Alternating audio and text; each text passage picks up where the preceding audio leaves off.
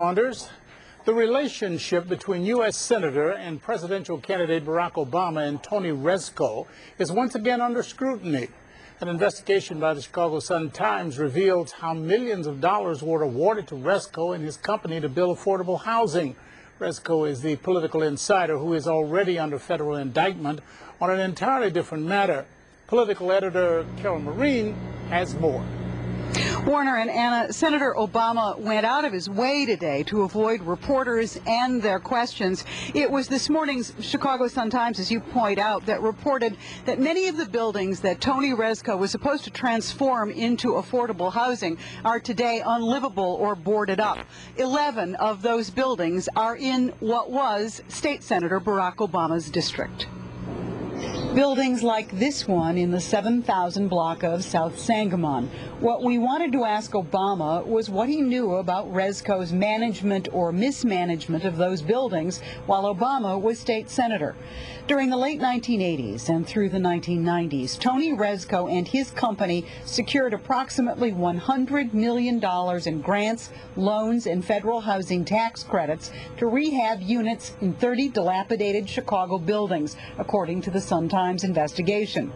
Many were on the South Side, where Barack Obama once worked as a community activist. He was elected to the Illinois legislature in 1996.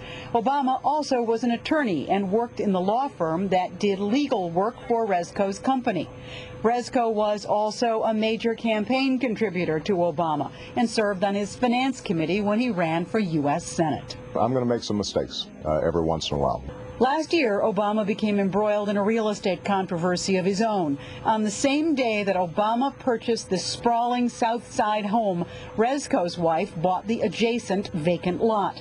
At the time, Tony Rezko was the target of a federal investigation that resulted in his indictment in October on charges he tried to solicit kickbacks in return for helping secure state pension fund business. In November, Obama called that real estate transaction a boneheaded mistake. You know, one of the things you purchase when you enter into public life is that there are going to be a different set of standards. But after a foreign policy address today in Chicago, Obama's security detail altered his route out of the building. Senator Obama, will you stop?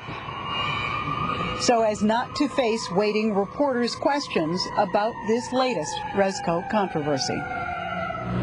5 weeks ago, Sun-Times reporter Tim Novak submitted a long list of written questions to Obama through his campaign, and at the same time, the Sun-Times and Channel 5 made repeated requests to do a sit-down interview with the senator. It was just yesterday in the late afternoon that the campaign provided any written answers, saying Obama, in his legal work and in his political work, had no knowledge, was unaware of any financial problems or misconduct involving Tony Rezko, and is, quote, according to the senator's campaign, troubled by any allegation against Rezko. Warner and Anna, we will have more of this at 10 o'clock. Thank you, Carol, for that report. Meantime, the Brown's Chicken murder